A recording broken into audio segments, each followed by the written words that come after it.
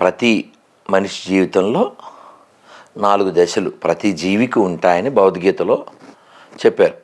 దేహినోస్మిన్ యదా దేహే కౌమారం యవ్వనం జరా తదా దేహాంతర ప్రాప్తి ధీరస్థత్ర నముహ్యతి. ఇది 2వ అధ్యాయంలో 13వ శ్లోకం. ఇస్కాన్లో నేను ఇచ్చిన మొట్టమొదటి లెక్చర్ ఈ శ్లోకంతోనే. శ్లోకం నెంబర్ కూడా చెప్పేస్తున్నారు, అధ్యాయం కూడా చెప్పేస్తున్నారు మీరు. ఇలా ఎందుకు చెప్తానంటే వాళ్ళు తర్వాత ఎప్పుడైనా ఇంటర్వ్యూ చూసిన తర్వాత రెఫరెన్స్ చూసుకోవడానికి. మనం ఏదైనా మాట్లాడితే ఎవిడెన్స్తో మాట్లాడాలి. నేను ఎప్పుడు చెప్తాను, మాకు ఎపిక్స్ ఉన్నాయి, మాకు ఎథిక్స్ ఉన్నాయి, మాకు ఎవిడెన్స్ ఉన్నాయి. EEE అంటే అక్కడ నెసెసిటీ అవి 3 ఉండాలి. నువ్వు దేన్నన్నా బిలీవ్ చేయాలంటే ఎపిక్స్ ఉండాలి, ఎథిక్స్ ఉండాలి, ఎవిడెన్స్ ఉండాలి, రుజువు ఉండాలి, రుజువుతో ఉండాలి. ఇట్ మళ్ళీ వచ్చింది సిమిలారిటీ. కాబట్టి మనిషి జీవితంలో బాల్యం మరుపురాని దశ, చాలా చాలా విలువైనటువంటిది. మా తల్లిదండ్రుల పుణ్యం, భగవంతుడి యొక్క దయ, కృప ఇవన్నీ ఉండడం వలన మా బాల్యం చాలా బాగా జరిగింది. ఆ బాల్యం తీయగా మధురానుభూతులతో ఇప్పటికీ మా బాలుగాడు ఒకడు అన్నాడు, గురుజీ మీ బాల్యంలో జరిగిన ఒక అరగంట గురించి చెప్పడానికి మీకు రోజు పడద్దా అన్నాడు. అరగంట చెప్పడానికి ఒక రోజు పడదు అంటే అంటే మీకు ఊరికి ఉదాహరణకి ఒక అలరి ఇప్పుడు ఫర్ ఎగ్జాంపుల్ ఇప్పుడు నేను కారు దిగ్గానే మా అసిస్టెంట్ అన్నాడు, ప్రభు ఇంకా అలసిపోయారు కదా ఈయనకి రేపు ఇద్దామా అన్నాడు. మరి ఇప్పటిదాకా వెయిట్ చేయించాను దుర్గాప్రసాద్ గారిని. నేను టైర్డ్ అయిపోయిన మాట నిజమే, కానీ ఖచ్చితంగా మనం వెళ్దాం, మళ్ళీ రేపు ఇంకా వేరే 3 చోట్ల ఇంటర్వ్యూ ఉంది అని చెప్పాను అనుకోండి.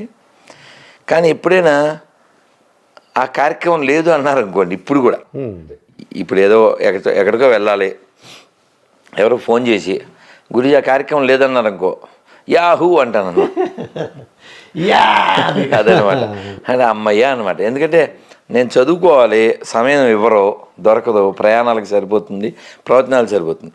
అలా చిన్నప్పుడు స్కూల్లో ఆ పెంకులు ఇల్లులు అవి ఉండే కదా, అట్లనే కదా, కోతులు అవి ఎక్కి తొక్కడం వలన పెంకులు పగిలిపోయి కొన్ని పెంకులు గ్యాప్ వచ్చేసి వర్షం వచ్చినప్పుడు, వర్షం ఎక్కువ వాన వస్తే వేరే కథ, తుప్పర్లు పడుతుంది. వాన పడిపోతే కొంచెం తడి అవుతుంది. మరి అల్లరి పిల్లలు ఏం చేస్తారంటే ఆ తడి స్కూల్ బయట ఉంటే కాళ్ళకి అంటించుకుని, ఆ చిన్నది ఇంత ఉండేది మాకు మా సెక్షను, అది కొంచెం తడి ఎక్కువ చేసేసి అక్కడ అల్లరి చేసేసి అటు ఇటు ఆ కాలుతో తిరిగేసి టీచర్ గారు వచ్చి, అంటే ఎక్స్పెక్టేషన్ ఏంటంటే టీచర్ వచ్చి పోన్లేరా ఇంకా అంతా పాడైపోయింది కదా ఇంటికి వెళ్ళిపోండి అని అంటే అని అనుకుంటాం. కానీ నాలాంటి దుర్మార్గులు కూడా ఉంటారుగా, వీళ్ళు చేసిన వేదవ పని వీళ్ళకి తెలియాలని కూర్చోండి అంటే ఏమైంది అప్పుడు? అయినా సరే అనవసరంగా కష్టపడి మనమే పాడు చేసాం, మనం కూర్చోాలి అక్కడ, చెరపకరా చేయడేవాడిని. పిల్లలం కాబట్టి ఇంకో దిక్కు లేక పేపర్లో టావు చింపుకొని అది కిందేసి ఇవన్నీ స్వీట్ మెమరీసు. ఇలా ఇంకా స్కూల్ టైము చాలా, అంటే అమ్మమ్మ గారింటికి వెళ్ళడం కావచ్చు, చెరువుకు వెళ్ళడం కావచ్చు, కావిడి మోయడం, కావిడి నీలకావిడి మొయలేంగా. అవును, అసలు ఈ కాలంలో కావిడి తెలుసా? కామెడీగా ఉంటుంది వాళ్ళకి. కామెడీగా ఉంటుంది. కామెడీ అంటే కామెడీగా ఉంటుంది. పోనీ దేవదాస్ సినిమా చూసారా? పాతది. జగమే మాయా మాయ వేదాలలో అందులో ఆ నెక్స్ట్ చరణంలో కష్ట సుఖాలు కావిడి కొండలు. ఎవరిది రచనది? నేను ఎవరో మళ్ళీ చూద్దాం, పర్వాలేదు. కానీ నేనేం చెప్పబోతుందంటే బాల్యం అలా గడిస్తే ఏమవుతుందంటే అది ఫౌండేషన్. తాటి చెట్లు, తాటి తేగలు, తాటికాయలు తెచ్చి కాల్చుకోవడాలు, చెరుకు ట్రాక్టర్ వెనకాల, చెరుకు బండి వెనకాల లాగేయటం, తర్వాత దొంగగా పచ్చి మామిడికాయలు ఉంటాయి కదా, చెట్లు కోసేయడం. ఎక్కేయడం, గోడలు ఎక్కేయడం, ఉసిరికాయలకి ఉప్పు పట్టుకుపోయి అవి ఇలా అనేసి, అది ఉసిరి చెట్టు పెద్ద బలం ఉండదు కదా, ఇలా అనేస్తే రాలిపోతాయి. అవును, ఇవన్నీ ఎంత మంచి మెమరీస్. అవును. ఇప్పుడు కాలం పిల్లలకి ఏమున్నాయి? లేవండి, బయటికి వెళ్ళినవారు. వాడు చాగంటి కోటేశ్వర గారి మాటల్లో మాట్లాడుకుంటే వాడు ఫారం కోడి, నా మాటలు కాదు. అది మీ కాకినాడ చాగంటి కోటేశ్వర గారే, అవునండి. మీరు కాకినాడ, ఆయన కాకినాడ. అవును. కానీ నా అదృష్టం ఏంటంటే కాశీలో మొన్న గట్టిగా 15 రోజుల క్రితం 20 రోజుల క్రితం కాశీలో చాగంటి గారి ముందు చాగంటి గారితో ఆయన గురించి మాట్లాడాను. ఓ ఆ టైటిల్ ఏం పెట్టాను తెలుసా? చాగంటి గారి ముందు కుప్పిగంతుల రాధమోహనదాస్ అని పెట్టా. కుప్పిగంతుల అంతే. ఎందుకంటే ఆయన ఒక విజ్ఞాన కని, బోల్డ్ జ్ఞానం, తెలుగువారికి ఒక అమృత భాండం కదా. అవునండి. కాబట్టి ఆయన అలా చెబుతూ, చాలా చెబుతూ మేనమామల ముద్దు మేలైన ముద్దు అని చెప్తారు ఒక ఉపన్యాసంలో, ఓ ప్రవచనంలో. నాకప్పుడు మా మావయ్యలు గుర్తొస్తారు. మేను అంటే సంస్కృతంలో ఏంటి? శరీరం. మేను అంటే శరీరం. ఈ మేనుని బుద్ధిహీనుడైన వాడు నేను అనుకుంటాడు. అది మేను నేను.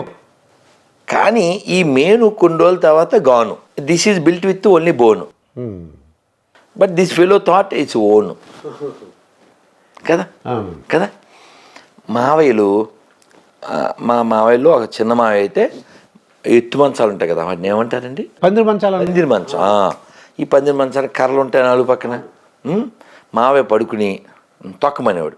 వీపే ఆ కాళ్ళలోకే వీపు వీపు వీపు. మేము తోపు, మావేది వీపు. అంటే బ్రహ్మాండంగా మీరు సాపుతారని చెప్పేసి సాపు చేస్తారు. పెదవాయిషాలు అయితే మావేలు చేస్తారు సాపు, అది వీపు సాపు, మన వీపు సాపు. అయితే ఆ బాల్యం పాపం చాలామంది పిల్లలకి ఇప్పుడు చాలా మృగ్యం అయిపోయింది. ఎవరో కవి చెప్పాడు, భగవంతుడు అడిగితే నాకు బాల్యాన్ని నాకు ఇమ్మని అడుగుతాను. చాలా ఎక్సలెంట్ సార్. అది అంటే దాని అర్థం ఆనందం అన్నమాట. ఇది కవి మాటే కాదు. మీరు సాతులూరు గోపాలకృష్ణమాచార్యులు వారి పేరు విన్నారా? పేరు విన్నానండి. ఆయన కాకినాడ ఆయనే, కానీ ఉండే సింహాచలం. అని తూగో కాకినాడ అని చెప్పను, తూర్పుగోదావరి. చాలా గొప్ప, ఆయనకి పేరు ముందు మధుర వచస్వి, అంటే అంత తీయగా చెబుతారు. చాలా అద్భుతంగా ఉంటుంది. మీరు నెట్లో యూట్యూబ్లో కొట్టండి, వారు చెప్తారు. ఈ అమృతం మనం అనుభవించాల్సిన అమృతం, అది చాలామంది కోల్పోతున్నారు. ఆయన ఏమంటారంటే, ఒకరిని అప్పయ్య దీక్షితులు అనే ఆయన ఇలా చెప్పారు అని ఒక ఉదాహరణ. అంటే చాగంటి గారు కూడా చెప్తారు ఆ మాట. బాగా చదువుకుని బాలుడు వలె ఉండాలి. బాగా చదువుకుని బాలుడు వలె ఉండాలి. ఇదేమిటిది? అసలు సింక్ అవుతుందా? లేదు కదా. అప్పయ్య దీక్షితులు గారు చెప్పారని చాగంటి గారు, సాతులూరు వారు చెప్పారు. బాగా చదువుకున్నాక బాలులా ఉండవు ఏమిటండి అంటే, దాని వివరం ఏమిటంటే, బాగా చదువుకుంటే వాడికి జ్ఞానం రావాలి. జ్ఞానం వస్తే వాడికి పట్టుదల ఉండాలి. పిల్లవాడు చూడండి, వాడు బొమ్మ అడిగాడు, ఏ తీర్థానికి వెళ్తాం, అమ్మో కొనేవారు ఊరుకోడండి, దుల్లెత్తాడు. అక్కడ రోడ్డు మీద దుల్లెత్తాడు. తెలిసి అసలు అమ్మ నాన్న పరువు, దగ్గర డబ్బులు ఉన్నాయా లేవా అసలు వాడికి అనవసరం. నువ్వు తల తాకెట్టిట్టు అది కొనియాలి.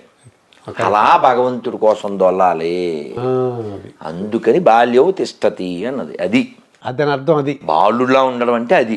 వాడు బొమ్మ కోసం ఎలా అయితే దొల్లేడో అలా భగవంతుడి కోసం దొల్లేయాలి. అది బాలుడిలా ఉండడం, అది పట్టుదల. అంటే ఇంకా చాలా వివరం ఉంది. కాబట్టి మనం జీవితం, మన జేసుదాస్ గారు చెప్తారు, ఎంత బాగుంటుందో కదా. జీవితం చిన్నది ఏమి కానున్నదో, జీవితం చిన్నది ఏమి కానున్నదో అంటే ఏంటి? జేసుదాస్ గారికి ఆ పాట ఎవరు రాశారో వాళ్ళకి కొంతైనా మన సంస్కృత సాహిత్యాల పరిచయం ఉంటేనే వాళ్ళు చెప్పగలుగుతారు. ఇది సాధ్యం అవుతుంది. ఇది సంస్కృతంలో చెప్తాను నేను. ఆయన జీవితం చిన్నదన్నది అన్న మాటకి భాగవతంలో చెప్పారు. పదం పదం యత్ విపదాం అని చెప్పారు. అంటే ఏమిటండి? Every step is a danger. We don't know what happen next moment.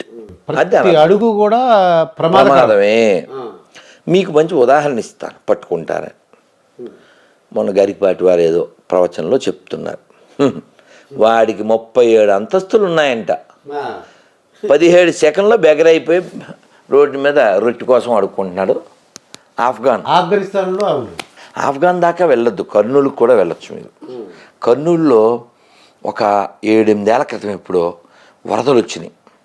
బ్రహ్మం గారు చెప్పారు కదా, కర్నూలు వరదలు వస్తాయి. ఆయన చెప్పినవి చాలా అయినాయి కదా. అలా కర్నూలు జిల్లాలో చాలా నష్టం జరిగి వరదలు వచ్చి 40 ఎకరాల ఆసామి. ఆ ఫోటో చూస్తే చాలా బాధగా ఉంటుంది, కానీ ప్రకృతిలో మనం ఉన్నాం. ఆయన పాపం మట్టి అంటుకున్న రొట్టె తింటున్నాడు. అంత ఆస్తిపరుడు. అంటే ప్రకృతి ముందు నువ్వెంత జస్ట్ పిల్లబచ్చగాడివి. అందుకనే నేను పిల్లలతో చెప్తుంటాను, పాటలు పాడతారు పిల్లలు. రెచ్చిపోదాం బ్రదర్ అంటుంటారు. రెచ్చిపోదాం బ్రదర్. కానీ గుర్తుపెట్టుకోవాల్సింది ఏంటంటే, చచ్చిపోతావు బ్రదర్, వెయిట్ చేస్తుంది మీ మదర్, ఎముడు తీస్తారు నీ లెదర్. అదే దట్స్ వాట్. మీరేమో రైమింగ్ కూడా చెప్పారు. అదే అందుకని please take care weather. Okay, అర్థం చేసుకో బ్రదర్. Don't think others. అందుకని ప్రకృతిని మనం గౌరవించాలి. ఆ లక్షణం మన సనాతన ధర్మంలో అణువణువున ఉంది. ఫర్ ఎగ్జాంపుల్, నేను నడుస్తున్నాను, ఇప్పుడు లిఫ్ట్లో వచ్చాం, నా కాలు మీ కాలు తగిలింది, లేదా మీ కాలు నా కాలు తగిలింది, వెంటనే ఏం చేస్తామండి? ఎక్స్క్యూజ్ మీ ఇలా అనేస్తాం, కాలు దండం పెట్టేసుకుంటాను అసంకల్పితంగా. పూర్ణకి నా కాలు తగిలిందా, నాకు పూర్ణ కాలు, మీకు కాలు ఎందుకని ఎందుకు చెప్పండి. అంటే కావాలని కాదు, నన్ను క్షమించమని నేను అనుకున్నానండి. అది కొంత, కానీ అందులో ఇంకా బ్రాడ్ ఆత్మలు కానీ ఇంకా అంటే మీకు నిన్న పిల్లలతో చెప్పిన ఉదాహరణ, శాస్త్రంలో చైతన్య చరితామృతం అనే పుస్తకం ఉంది. మీరు వీలైతే చదవండి. ఒక 7-8 వాల్యూమ్స్ 9 ఉంటాయి. మన అబిడ్స్లో ఇస్కాన్లో దొరుకుతుంది. అందులో ఒక ఆయన పేరు గోవింద. ఆయన గురువుగారి సేవ చేయడానికి వచ్చాడు.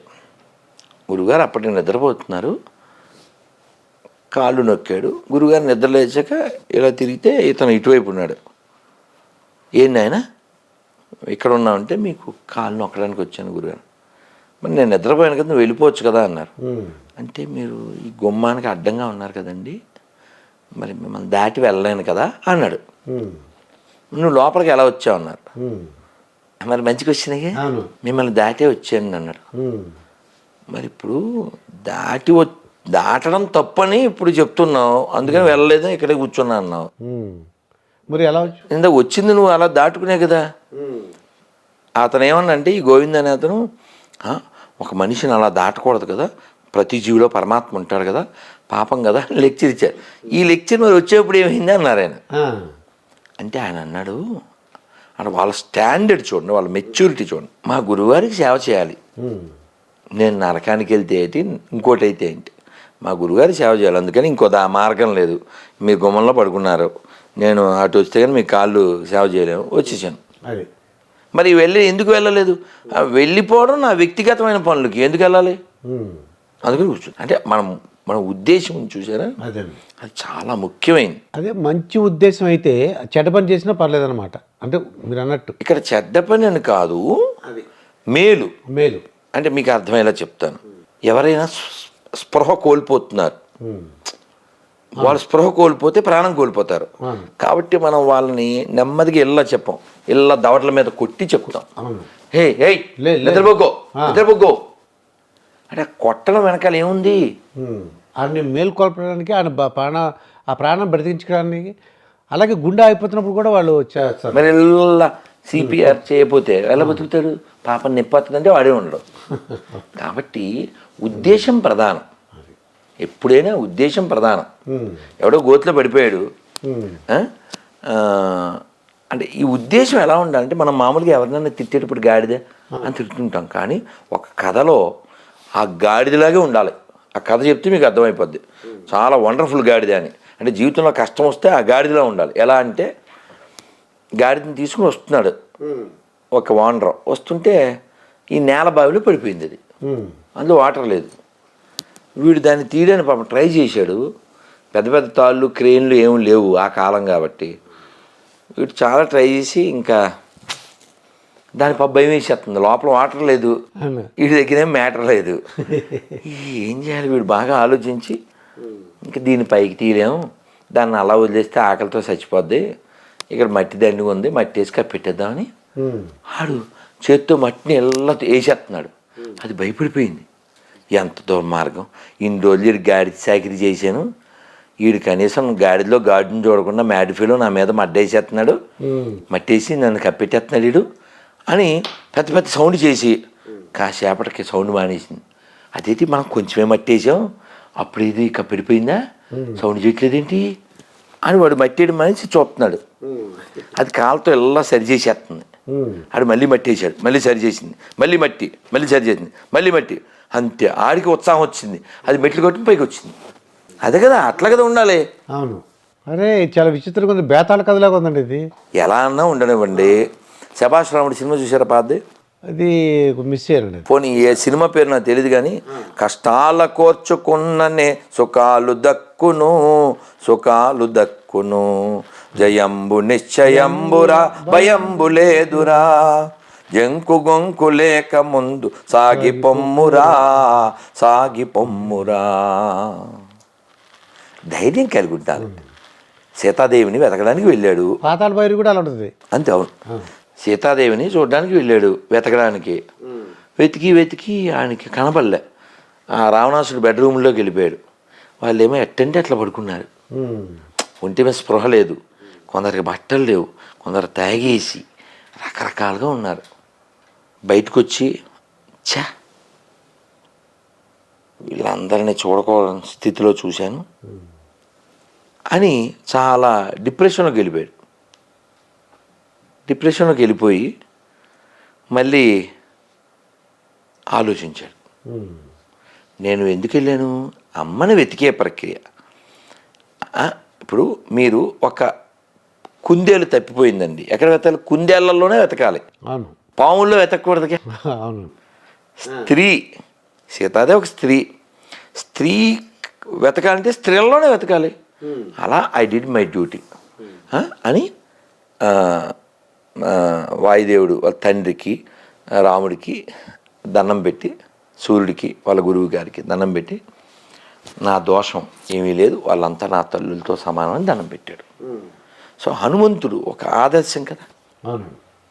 స్వామి వివేకానంద కూడా చాలా చెప్తారు, ఆ హనుమంతుడు ఆదర్శ పురుషుడు. అలా మనకి ఆయన హనుమంతుడు వెళ్ళేటప్పుడు లంకకి ప్రయాణం అయినప్పుడు ఫస్ట్ ఎవరు వస్తారు? మైనాకుడు వస్తాడు. కొంచెం టిఫిన్ స్నాక్స్ అంటాడు, కొద్దిగా రెస్ట్ తీసుకోమంటాడండి. అదే కొద్దిగా ఉండు, చాలాసార్లు దూరం ప్రయాణించే కదా, కొద్దిగా స్నాక్స్ టీ కాఫీ అన్నాడు. ఆయన ఏం చేస్తాడు తెలుసా? మీ సుందరకాండలో ఇలా టచ్ చేస్తాడు అంతే. ఆ పండ్లు అవి ఇలా ఇలా అంటే ఊరికి అలా అలా టచ్ చేస్తాడు అంతే, అంటే తిన్నట్టు. అది ఇప్పుడు అక్కడ నువ్వు తొక్కలు వచ్చుకుని ఆ పండ్లు అవి తింటా కూర్చుంటే అక్కడ సుగ్రీవుడు తొక్క తీసేస్తాడు. 1 మంత్ టైం ఇచ్చాడు వాళ్ళందరికీ. మీరు వచ్చి రిపోర్ట్ ఇవ్వండి సీతాదేవి గురించి. లేదు ఎలాగ దొరకలేదని రిపోర్ట్ ఇవ్వడం మానేశారా, మీరు ఎక్కడుంటే అక్కడికి వచ్చి వేసేస్తా అని చెప్పాడు. కానీ ఇక్కడ విషయం, రాముడు ఎంతో నమ్మి ఆ ఉంగరం ఇచ్చాడు. ఎవరిని? ఇన్ని కోట్ల మంది వానరులుంటే ఎవరిని నమ్మాడు? ఆంజనేయ స్వామినే నమ్మారు. మరి నిలబెట్టుకోవాలిగా, ఆయన నిలబెట్టుకున్నాడుగా. అందుకే ఇప్పుడు కూడా మాట్లాడుకుంటున్నావు. అందుకని నువ్వు మాట్లాడకూడదు, నీ సక్సెస్ మాట్లాడాలంటారు. నేను కొద్దిగా మీ టీచర్ గురించి, అంటే మీ జనరల్గా as a teacher, as a principal, నేను ఏమన్నానంటే నా స్టూడెంట్స్ అంతా కూడా కాదు ఒక ఐఏఎస్ ఆఫీసర్లు ఐపీఎస్ ఆఫీసర్లు అవ్వాలనుకున్నాను. తీరా చూస్తే మీరు ఎలా అయ్యారు, మిమ్మల్ని చూసి టీచర్లు ఏమన్నారని. అంటే నేను అప్పుడు పాడేవాడిని, ఇప్పుడు పాడేవాడిని. అప్పుడు పాడతాను. ఒరే ఎప్పుడన్నా లాస్ట్ పీరియడ్లో ఖాళీ దొరికిస్తే అన్ని తరగతిలోని బయట మైదానంలో కూర్చోబెట్టేసేసి ఆ గ్రౌండ్లో ఒరే ఓ పాట పాడరా, ఓ పద్యం చెప్పరా అని మాతో అప్పుడు ఒక పాట పాడేవాడిని. మాకు శర్మ గారు టీచర్ గారు, చలపతి మాస్టారు, అన్నపూర్ణ మాస్టారు, అలాగే ఈరోజు చక్కగా వాళ్ళ పేర్లు చెప్పిస్తున్నాను మీ చేత, నా టీచర్ల పేరు. అలాగే మేరీ టీచర్ ఉండేది, అలాగే ఇంకొక లేడీ టీచరు, ఆవిడ పేరు మళ్ళీ గుర్తొస్తుంది, ఆవిడ ఆంజనేయులు మాస్టారు. మాకు బాగా కొట్టింది మాత్రం చలపతి గారును అన్నపూర్ణ గారు. సరే, వాట్ ఎవర్ ఇట్ మేబీ.